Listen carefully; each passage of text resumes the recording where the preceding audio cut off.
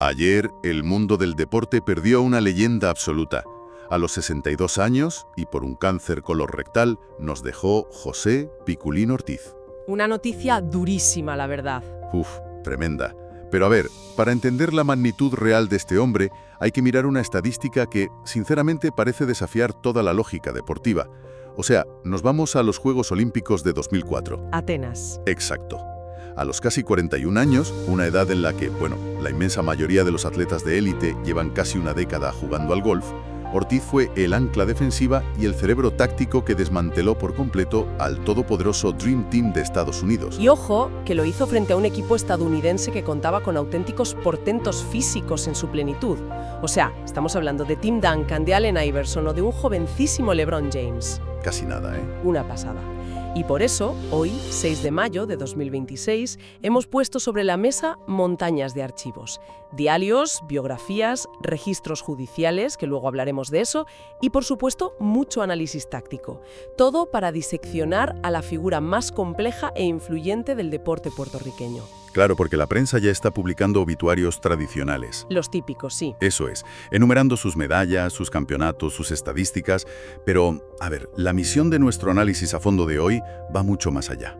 Queremos abrir el capó de esta leyenda, por así decirlo. Totalmente. Entender qué pasó ahí dentro. Exacto. Queremos entender cuáles fueron los engranajes psicológicos y tácticos que transformaron a un adolescente desgarbado, del que se burlaban, en un absoluto dios de las canchas.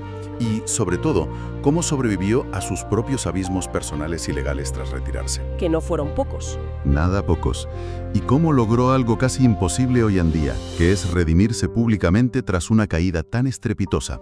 Pues, a ver, para empezar este viaje y entender a un gigante de 2,8 metros, curiosamente tenemos que observar su fragilidad inicial. Si viajamos a sus raíces, en Cayé, en Puerto Rico, nos encontramos con un chico al que una vecina apodó Piculín, simplemente por lo travieso que era. ¿De ahí viene el nombre? De ahí viene. Y fíjate que ese niño no nació con una pelota de baloncesto en las manos. De hecho, sus primeros talentos fueron el voleibol y, ojo a esto, el tenis de mesa. Llegó a ser campeón en su instituto. Ostras, campeón de ping-pong. Sí, de ping-pong. Es un contraste brutal, ¿no? Imaginar a un futuro pívot dominante con una palita de ping-pong. Totalmente. Y claro, ese inicio tan tardío en el baloncesto le costó muy caro al principio, porque creció demasiado rápido. A los 16 años ya medía más de 2 metros. Y, claro, la propiocepción, que es esa capacidad del cerebro de saber dónde está el cuerpo en el espacio. La coordinación, vamos. Eso es, pues no iba al mismo ritmo que sus huesos. Era muy, muy descoordinado. Y claro, esa descoordinación, en un entorno tan competitivo como el baloncesto callejero o escolar, fue castigada sin piedad, porque repasando las crónicas de sus primeros años en las canchas locales, lo que vemos es un nivel de acoso sistemático, un bullying de manual. Madre mía, sí. Le apodaban Bobolón.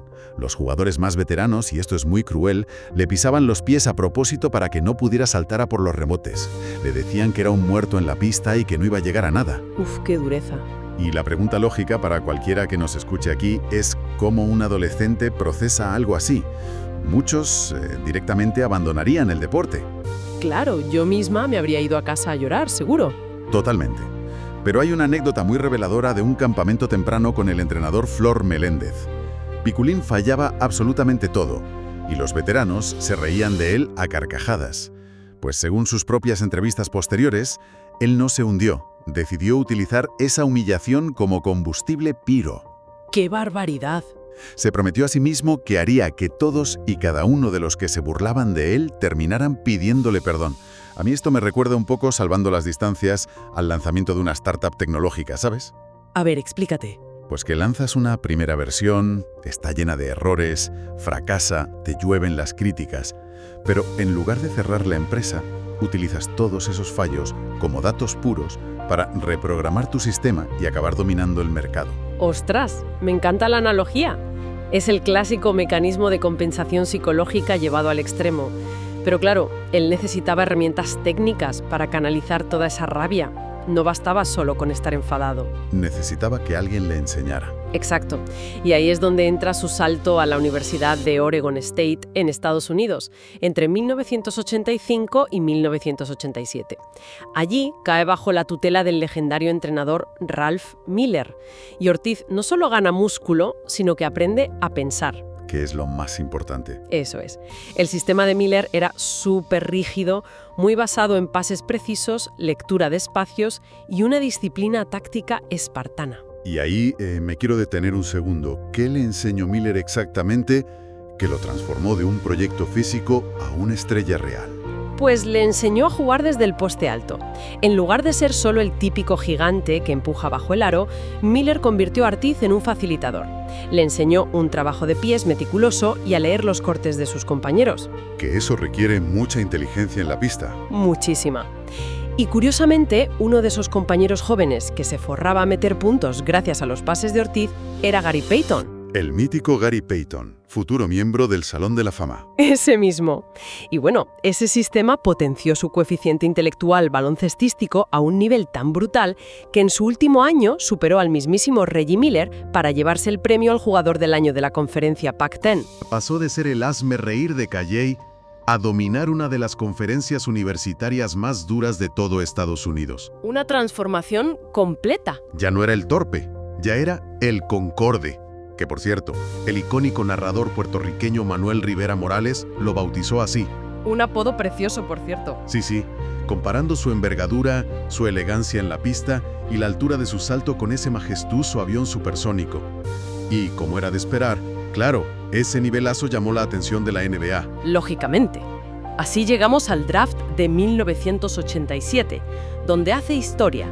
Los Utah Jazz los seleccionan en el puesto número 15 de la primera ronda. O sea, se convierte en el primer jugador nacido en Puerto Rico en lograr un hito semejante. Pero aquí viene el choque, porque el sueño americano de la NBA se convierte en una pesadilla casi de inmediato. Imagínate el debut. Su primer encargo oficial es defender a James Worthy, una leyenda de los Lakers. Casi nada la presión, ¿eh? Ya te digo. Sin embargo, cuando revisamos las fuentes y las biografías, queda clarísimo que su verdadero obstáculo no estaba en la pista, estaba en su propio banquillo. Jerry Sloan, el entrenador de los Jazz, tenía una filosofía humana y de baloncesto que chocaba frontalmente con Ortiz. Es que hay que entender el ecosistema de los Utah Jazz en esa época. Sloan exigía un baloncesto muy físico, casi de trincheras. Estaba todo súper focalizado en el bloqueo y continuación entre John Stockton y Karl Malone. Los reyes del pick and roll. Exacto. Y en ese esquema, al pivot suplente solo se le pedía poner pantallas de hormigón y no quejarse. Nada más. Pero Ortiz era un jugador de finura, que necesitaba tener el balón en las manos para crear juego, no solo para darse golpes contra los rivales. Claro, lo estaban desaprovechando. Totalmente. Y además, Sloan utilizaba tácticas de desgaste psicológico, de confrontación muy directa con los jugadores, que minaron por completo la confianza de Ortiz. Fíjate que la prensa deportiva estadounidense de la época, e incluso hasta hoy en día a veces, suele etiquetar su salida de Utah como un fracaso. Lo llaman un bust, la típica elección de draft que no dio la talla. Sí, esa es la narrativa fácil. Pero claro, leyendo sus entrevistas, donde cuenta que lloraba solo en su casa por la toxicidad brutal de ese ambiente, yo me pregunto si no lo estamos enfocando al revés. ¿Fue realmente una falta de talento o fue un acto de pura supervivencia mental? Plantarse y pedirle a su agente que lo sacara de ahí. Ostras, pues es una revisión histórica súper necesaria la que planteas. Renunciar a la meca del baloncesto, a la NBA, requiere un nivel de autoconocimiento tremendo. Ortiz priorizó buscar un ecosistema que de verdad valorara su forma de entender el juego. Un ecosistema que no estaba en Estados Unidos, estaba al otro lado del Atlántico, en Europa. Efectivamente, y ahí es donde su carrera explota de verdad. Llega a la Liga CB en España, que en ese momento estaba en plena ebullición táctica, juega en el Real Madrid, luego en el Barça, donde levanta la Copa del Rey, y deja una huella imborrable en equipos como el CAI Zaragoza, el Festín Andorra y el Unicaja. Pero ¿por qué el baloncesto europeo encajó tan perfectamente con él? ¿Qué había allí que no hubiera en Utah? Pues básicamente las normativas y la filosofía de juego. En Europa, a finales de los 80 y principios de los 90, se premiaba muchísimo a los pivots versátiles. Un hombre grande que pudiera tirar desde 5 metros, que pasara bien la pelota y que supiera leer las defensas en zona era oro puro. Claro, en la NBA en esa época a un pívot casi le prohibían tirar desde fuera. Exacto. Solo querían que reboteara. En España y luego en Grecia, cuando se fue al Aris de Tesalónica y ganó la Copa Korak, Ortiz por fin encontró entrenadores que diseñaban jugadas específicamente para aprovechar su inteligencia, no solo su altura. Y hablando de Grecia, hay un episodio allí que para mí define su escala de valores de una manera bestial. Fue acusado injustamente de dopaje, que sabemos que es una mancha terrible para la carrera de cualquier deportista. Te puede hundir la vida. Pues Ortiz no se achantó. Llevó el caso a los tribunales, luchó ferozmente contra la federación, demostró su inocencia absoluta con pruebas y limpió su nombre. Y atención a esto. Tras la victoria legal, el equipo griego, para disculparse, le pone sobre la mesa un contrato millonario para que vuelva a jugar con ellos. ¿Y qué hizo? Dijo que no. Renunció a una fortuna absoluta por una cuestión puramente de principios. Se negó a sudar la camiseta para una directiva que no había creído en su integridad moral. ¡Guau! Eso demuestra clarísimamente que su salida de la NBA no fue por falta de carácter, sino todo lo contrario. Tenía un carácter de hierro cuando se trataba de proteger su dignidad. Sin ninguna duda. Y bueno, toda esa madurez, tanto táctica como emocional, que forjó en Europa, finalmente la empaquetó y se la llevó de vuelta a casa a Puerto Rico para iniciar lo que fue una auténtica dinastía local. Volvemos a su tierra, sí, donde su impacto ya se vuelve directamente mitológico. Ganó nada menos que 8 campeonatos del baloncesto superior nacional, el BSN. Y aquí hay que detenerse en los Cangrejeros de Santurce y en 2 figuras clave: el propietario Ángelo Medina y el entrenador Julio Toro. Siempre se suele decir que Medina fue quien trajo el show business a la liga, pero ¿eso en qué se tradujo operativamente? Pues Medina cambió por completo el modelo de negocio del baloncesto puertorriqueño. Antes era una liga súper pasional, pero con un rollo muy de barrio. Medina llegó y profesionalizó el marketing, mejoró drásticamente los contratos de televisión, atrajo patrocinadores corporativos. O sea, lo convirtió en una industria. Exactamente. Convirtió cada partido en un evento de entretenimiento masivo. Llenaba a las primeras filas de celebridades locales. Era un modelo casi copiado de Los Ángeles Lakers en su mejor época. Pero claro, en el parqué, en la pista, el que mandaba era Julio Toro. Julio Toro, famoso por dar unas charlas filosóficas larguísimas y súper profundas antes de los partidos, ¿no? Sí, correcto. Toro usaba metáforas, literatura, psicología pura para cohesionar al grupo. Pero luego, cuando empezaba el partido, implementaba una defensa de presión asfixiante. Y ahí, Piculín Ortiz era básicamente la extensión del cerebro de Toro dentro de la cancha. El entrenador en la pista. Eso es. Él era quien ordenaba las defensas, calmaba el ritmo cuando los demás se precipitaban y ejecutaba a la perfección en los momentos de máxima tensión. Y ese liderazgo local tan sólido se trasladó de forma súper orgánica a la selección nacional. O sea, estamos hablando de una lealtad inquebrantable. 21 años de carrera ininterrumpida defendiendo la camiseta de Puerto Rico. 21 años, se dice pronto. 4 campeonatos mundiales y 4 Juegos Olímpicos. Y aquí, amigas y amigos que nos escuchan, es donde tenemos que diseccionar la cumbre absoluta de la montaña. El 15 de agosto de 2004, Juegos Olímpicos de Atenas, Puerto Rico 92, el Dream Team de Estados Unidos 73. Es que es un partido que todavía hoy, te lo prometo, se estudia en las clínicas de baloncesto de todo el planeta. A ver, para analizar cómo lograron semejante gesta, me gustaría proponer otra analogía. En muchas crónicas parece que se habla de esto como si los boricuas fueran los Vengadores enfrentándose a Thanos, como una peli de superhéroes donde ganan por pura épica de corazón. Sí, es muy peliculero todo. Pero tácticamente yo creo que funcionaron más bien como un maestro de judo enfrentándose a un gigante. O sea, el judo se basa en utilizar el peso y la inercia del rival en su contra, ¿no? Estados Unidos dependía muchísimo de su superioridad atlética pura y del 1 contra 1. ¿Cómo usó Puerto Rico esa inercia en su contra, desde la pizarra? Pues la analogía del judo que haces es precisísima. A ver, Larry Brown, el entrenador estadounidense, tenía un equipo diseñado exclusivamente para el baloncesto NBA, no para las normas de la FIBA. Claro, el reglamento era distinto. Muy distinto. En el baloncesto internacional de esa época no existía la regla defensiva de los 3 segundos en la zona. Eso permitía a los equipos plantar literalmente a un tío grande debajo del aro todo el tiempo. Y Puerto Rico usó una defensa en zona 2-3 colapsada brutal. O sea, cerraron la pintura a cal y canto. Casi 41 años, no necesitaba saltar más que LeBron James o Tim Duncan. Para ganarles, le bastaba con anticiparse medio segundo y ocupar el espacio exacto para cerrarles las líneas de penetración. Vamos, que aparcó el Concorde en la zona y obligó a Estados Unidos a tirar desde fuera, que no sabían. Tal cual. Como el equipo de Estados Unidos estaba bastante mal construido y no tenían tiradores puros, colapsaron por completo. Y en ataque, Carlos Arroyo fue un cuchillo penetrando. La imagen de Arroyo estirándose la camiseta frente a la cámara dio la vuelta al mundo. Sí, es historia del deporte. Pero es que cada penetración de Arroyo nacía de un bloqueo directo perfectamente ejecutado por Piculín en el perímetro. Ortiz leyó las rotaciones defensivas de los americanos y las desmanteló a base de pases clínicos. Fue una exhibición de coeficiente intelectual frente a la pura fuerza bruta. Y, a ver, hay que añadir el impacto cultural de esa victoria.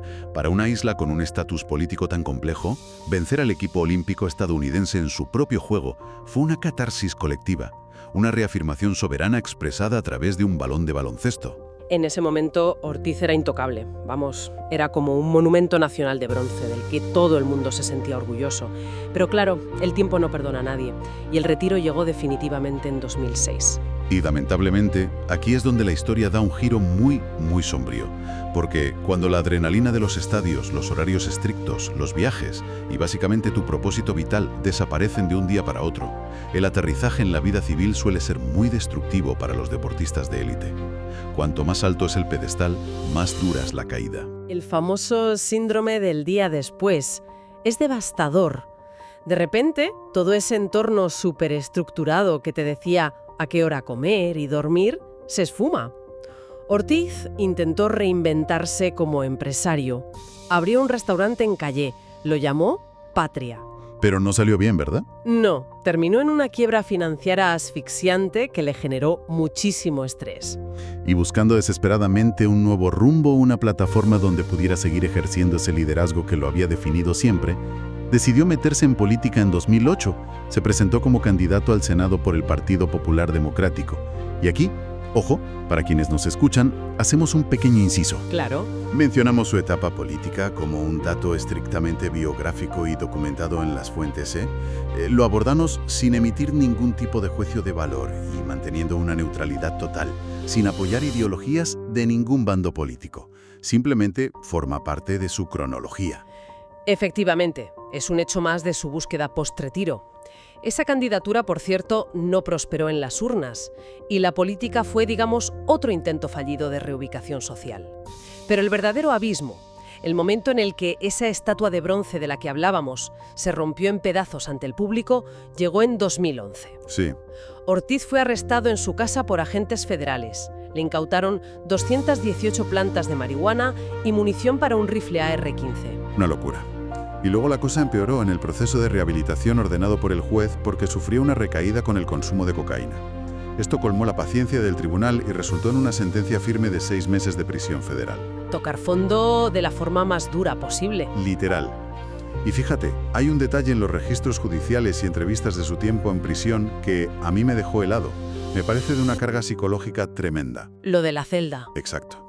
Cuando Ortiz llega a la prisión y lo meten en su celda, que era un cubículo claustrofóbico de apenas 6 por 6 pies, los guardias le ofrecen una cama básica. Pues él la rechaza. Madre mía. Elige deliberadamente tirar su colchón en el frío suelo de cemento y dormir ahí todas las noches. Esto no era una rabieta ni una cuestión de comodidad. Era un acto 100% consciente de autocastigo. Quería sentir el peso físico y literal de la vergüenza y de sus propios errores. Y ahí, en ese suelo, encerrado, se dedicó a leer unos 35 libros. Ostras. Es que ese detalle del suelo es la clave absoluta de su recuperación. Es la renuncia total a los privilegios de su estatus de gran ídolo. Pero ojo, que la redención no ocurrió por arte de magia, ni la consiguió él solo. Las fuentes documentales apuntan al trabajo indispensable de 2 mujeres. Cuéntame. Por un lado, su esposa Silvia Ríos, que resistió un escrutinio mediático brutal y se mantuvo a su lado incondicionalmente. Y por otro, el trabajo clínico, que fue durísimo, con la psicóloga Mónica Pérez Mirabal. Que el propio Piculín describió esa terapia usando una expresión maravillosa. Dijo que la psicóloga lo viró al revés. Que para quien no esté familiarizado con esa expresión de allá, viene a significar que le dio la vuelta como a un calcetín. Exacto, lo sacudió por completo. Lo obligó a enfrentarse a sus sombras más oscuras sin dejarle usar ni una sola excusa. Y es que desde el punto de vista clínico, lo que ella aplicó fue una reestructuración cognitiva basada en la asunción radical de la responsabilidad. Porque claro, en el entorno del deporte profesional, al atleta se le suele disculpar todo, ¿no? Si hay un problema legal o financiero, el agente o el abogado del equipo se encargan y lo barren bajo la alfombra. Te crían en una burbuja de impunidad. Totalmente. Pues la terapeuta le exigió que dejara de culpar al estrés financiero, a las presiones del retiro o al sistema. Tenía que mirarse al espejo y decir en voz alta: fui yo, y solo yo. Y claro, esa transparencia tan radical nos lleva a preguntarnos algo, creo, fascinante sobre la psicología social. ¿Qué sucede cuando un héroe caído renuncia a esconderse detrás de comunicados de prensa y confiesa públicamente sus adicciones y sus delitos a pecho descubierto? Porque, frente a esta cultura de la cancelación que estamos tan acostumbrados a ver últimamente, la reacción de su pueblo fue asombrosamente empática. Es que la vulnerabilidad honesta desarma el cinismo. Al desmoronarse en público y no buscar atajos legales o excusas para eludir su culpa, Ortiz de alguna manera validó y visibilizó las luchas de miles de familias comunes que lidian con adicciones o ruina a puerta cerrada. Claro, conectó con la gente real. Eso es. No pidió lástima, pidió espacio para enmendar sus errores trabajando. Y la sociedad entendió que ya no estaban viendo al gigante invencible, al semidios de Atenas, sino a un ser humano herido tratando de reconstruirse a sí mismo. Lo abrazaron precisamente en esas imperfecciones. Una de las muestras más espectaculares de este perdón cultural, que para mí fue un verdadero indulto popular en toda regla, ocurrió hace relativamente poco. Ortiz asistió a un concierto multitudinario de Bad Bunny allí en Puerto Rico. Uf, los pelos de punta con ese momento. Tremendo, ¿eh? Cuando las cámaras del estadio lo enfocaron por sorpresa y su rostro apareció en las pantallas gigantes, decenas de miles de personas, de un montón de generaciones distintas, se pusieron en pie y el estadio entero se vino abajo con una ovación ensordecedora. Él confesó en una entrevista después que esa noche volvió a sentir exactamente la misma electricidad que sentía en sus mejores partidos con la selección. Fue el sello definitivo de la reconciliación con su gente. Y tras ese perdón popular, regresó también el reconocimiento institucional. En 2019, la Federación Internacional de Baloncesto, la FIBA, lo exaltó a su Salón de la Fama en una ceremonia en China. Un honor enorme. Inmortalizando su legado a nivel mundial, sentado en la misma mesa que las mentes más brillantes de toda la historia de este deporte. Y así, un poco más tranquilo, transcurrieron sus últimos años. Lejos ya de los escándalos de los periódicos, Ortiz encontró la paz. Lanzó una marca propia de ropa deportiva que funcionó muy bien y fundó su propio proyecto audiovisual, el Godcast. Sí, su propio espacio. Un espacio donde él se sentaba a conversar tranquilamente con otras figuras del deporte, ofreciendo su plataforma para escuchar las historias de otros, no solo la suya. Todo parecía estar por fin en equilibrio hasta que aquel maldito cáncer colorectal que le diagnosticaron a finales de 2023 terminó deteniendo su reloj en el día de ayer. Qué pena, pero nos deja un legado tangible, insuperable, de verdad. Hay que recordar que la Liga de Puerto Rico, la Selección Nacional y los Atléticos de San Germán ya le habían retirado su icónico número 4 de las canchas en vida. Un respeto absoluto. Total. Y además, de manera unánime, paneles de expertos e historiadores ya lo han elegido formalmente como el mejor baloncestista puertorriqueño de absolutamente toda la historia. Más escrita por Hollywood, pero que fue visceral y profundamente real. Y bueno, para cerrar nuestra inmersión de hoy, me gustaría plantear una última reflexión para quienes nos escuchan en este momento. A ver. Vivimos en una sociedad moderna que exige de forma implacable que sus ídolos sean perfectos, que sean inmaculados, estatuas de bronce sin una sola grieta ni mancha en su currículum. Una exigencia que, irónicamente, es totalmente inhumana. Exactamente. Entonces, a la luz de este viaje espectacular que hemos hecho, desde aquellas canchas humildes de Calley hasta las frías celdas federales y de vuelta a la gloria, ¿es posible que el legado de José Piculín Ortiz sea eterno, no a pesar de sus demonios, sus caídas y sus errores, sino precisamente gracias a ellos? Es una pregunta buenísima. Quizás su mayor victoria no fue desmantelar al Dream Team con 40 años. Quizás fue la valentía brutal y completamente transparente con la que supo levantarse del frío suelo de aquella celda, asumir su oscuridad y volver a caminar entre nosotros, recordándole a todo un país que incluso los gigantes sangran y lo más importante, pueden sanar. Ostras, me parece brillante esa reflexión. Fíjate que esto me recuerda mucho al arte japonés del kintsugi. Lo de reparar cosas rotas. Eso es. Consiste en reparar la cerámica rota usando polvo de oro. La idea es que la pieza termina siendo muchísimo más hermosa y valiosa precisamente por haber estado rota y haber sido reparada de forma visible. Ortiz es sin duda el kintsugi del deporte latinoamericano. Las grietas por las que un día se rompió terminaron siendo exactamente los lugares por donde más luz aportó a su sociedad. Qué bonito eso que dices, pues nos quedamos con esa imagen de un mito genuinamente humano. Y ese, para cualquiera que haya repasado su vida hoy con nosotros, ha sido sin ninguna duda el vuelo más alto e impresionante de nuestro Concorde.